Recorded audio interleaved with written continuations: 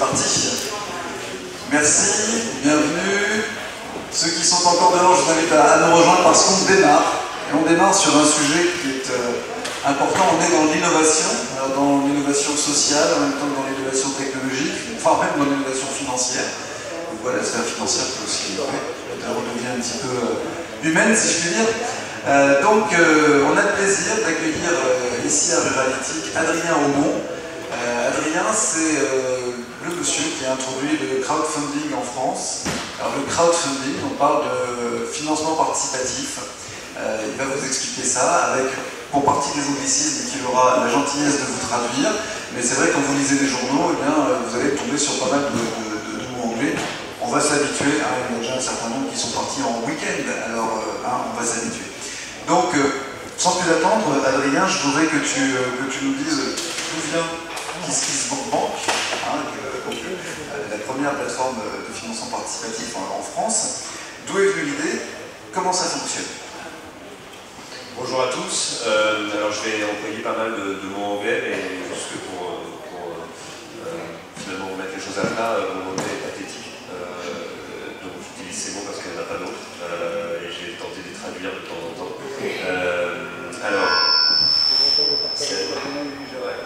Monsieur Bois qui s'incruste toutes les conférences.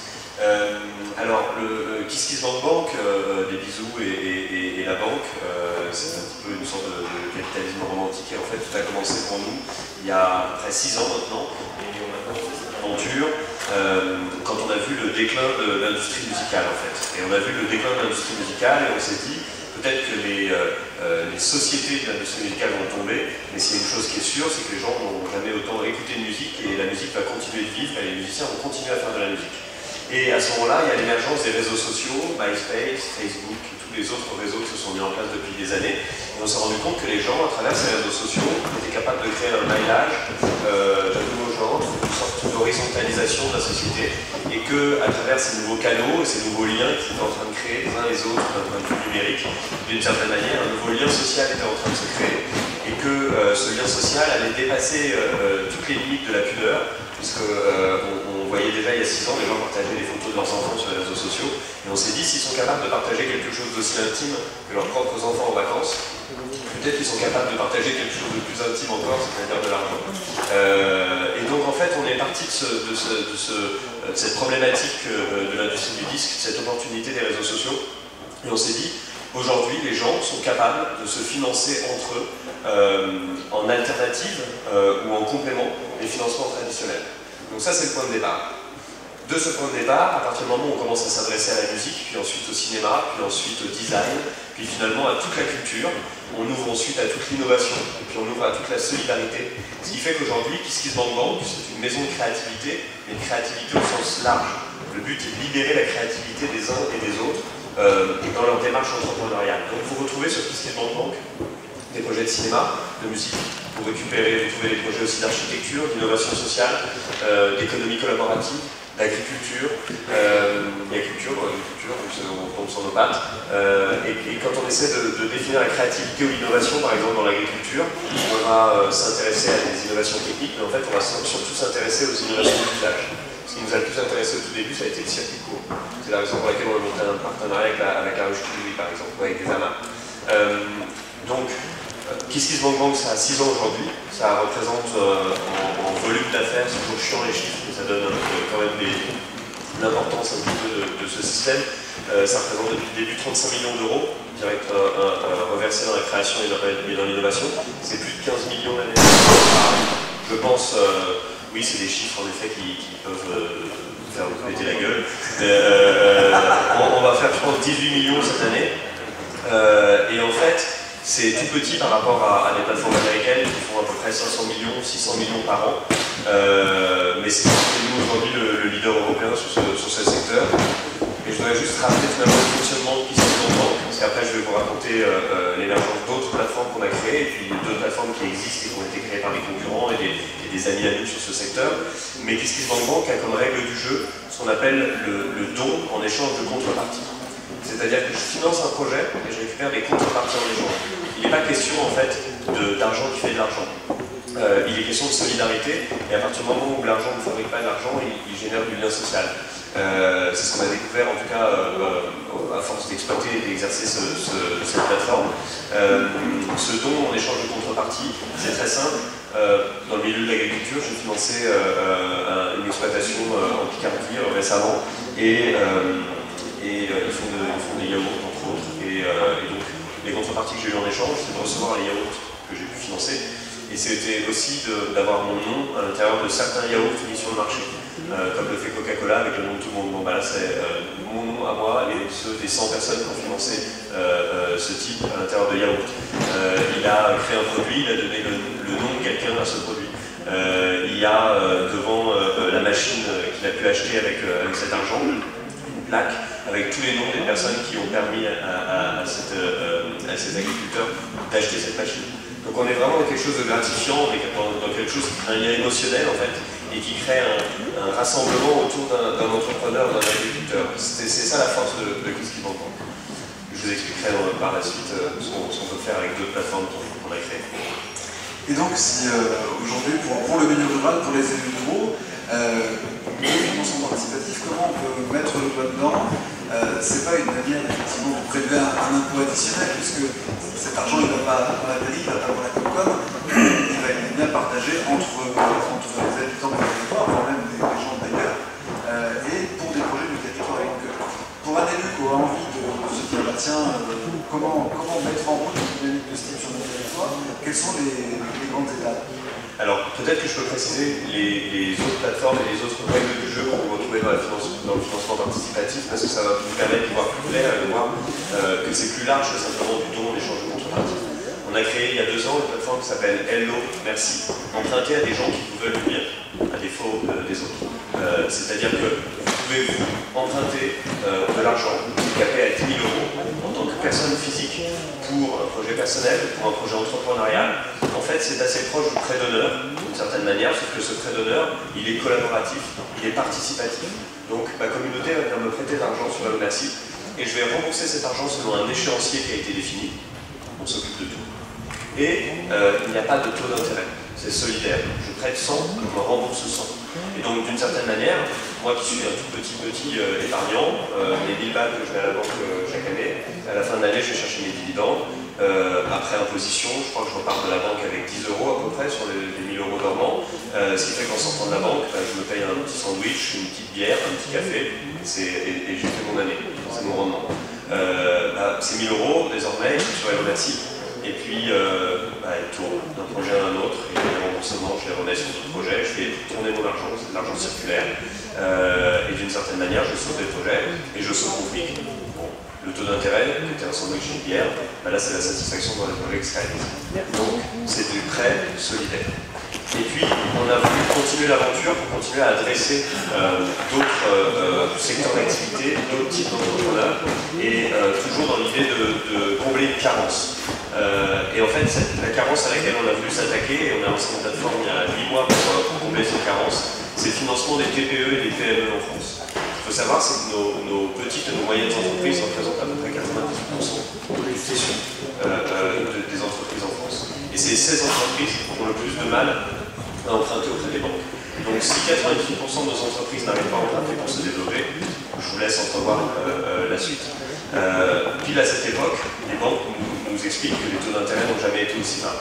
Et on met ça dans toutes les publicités, les hommes politiques sont fiers d'avoir réussi avec les banques à avoir des taux aussi bas. Le PEL n'a jamais été aussi bas aussi. Quand les taux sont bas, eh bien, on prête à personne.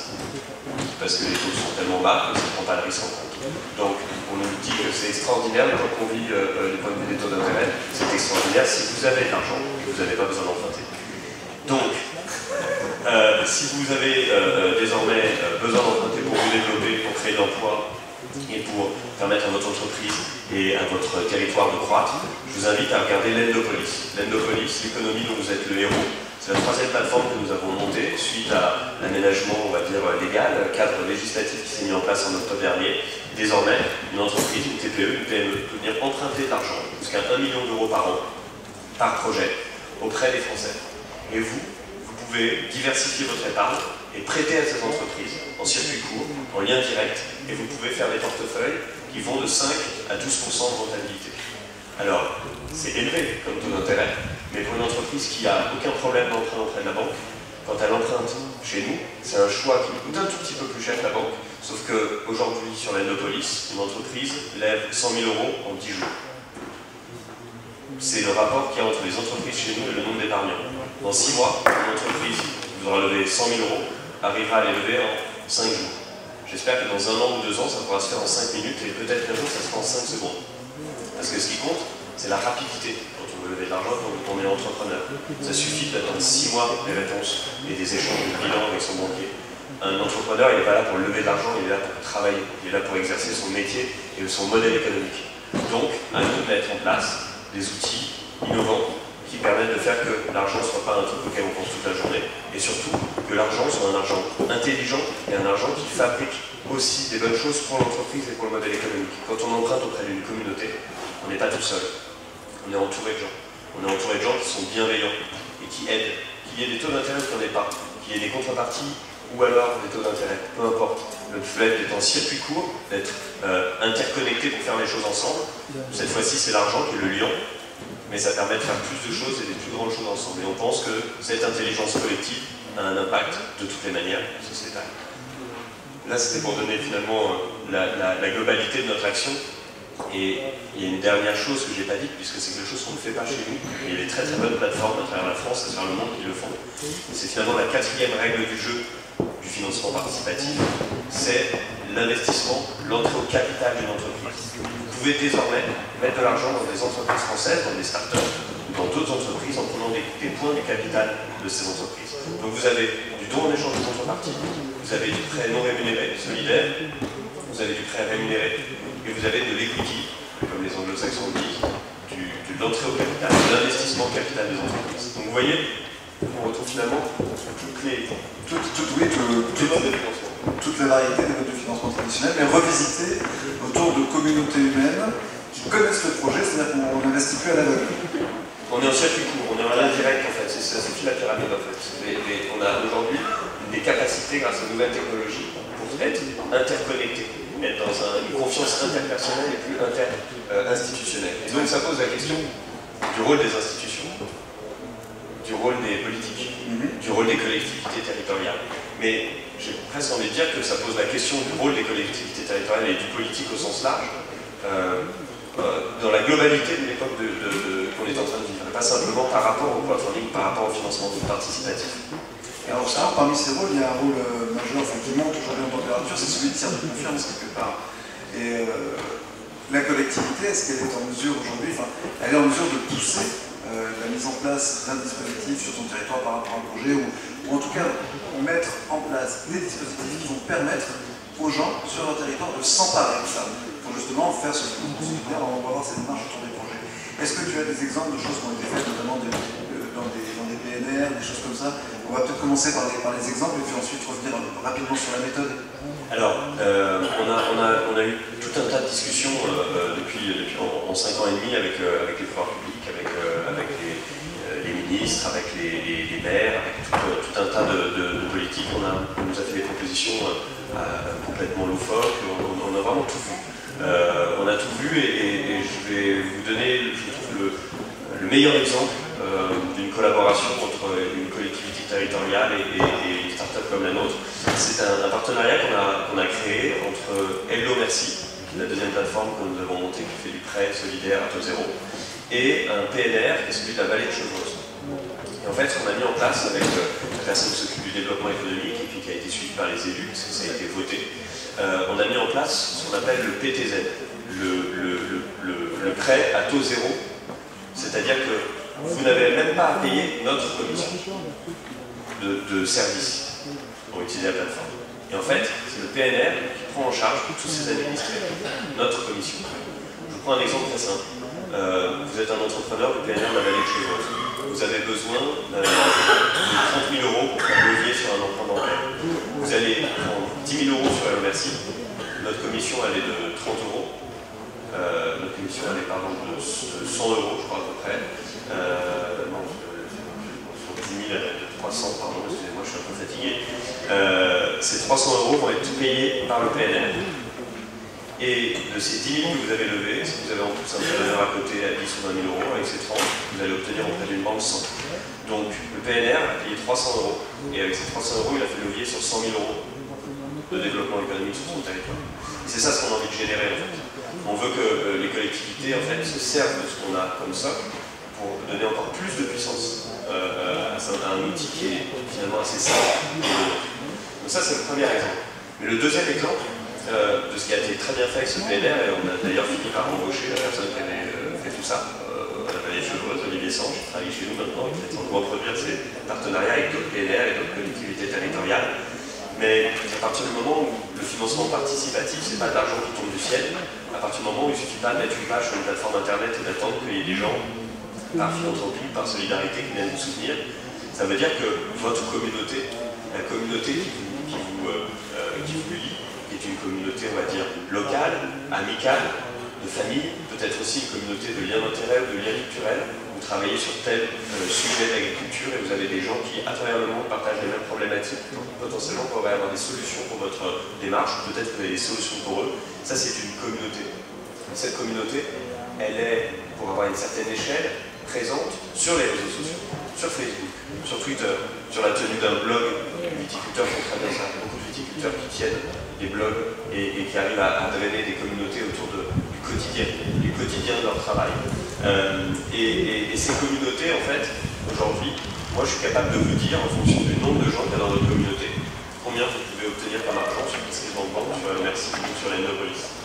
Donc si c'est aussi statistique, ça veut dire qu'une communauté, c'est un capital. Aujourd'hui, une communauté, c'est un capital alternatif.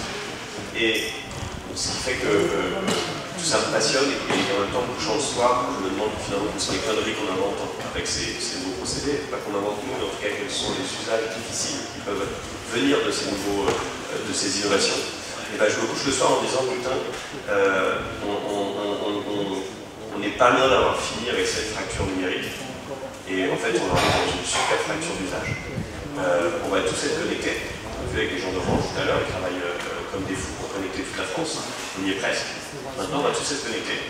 On va avoir un ordinateur, on va avoir un smartphone, on va avoir les tablettes. Mais on ne va pas savoir utiliser correctement Facebook. On ne va pas savoir utiliser correctement Twitter. On ne va pas savoir exactement utiliser Vine, Tumblr et tous les autres réseaux sociaux, quels qu'ils soient, qui existent. Et moi, c'est ça ce qui me fait un peu flipper pour les années qui viennent, en fait, c'est d'avoir tous ces éléments à disposition et que personne ne s'en serve correctement.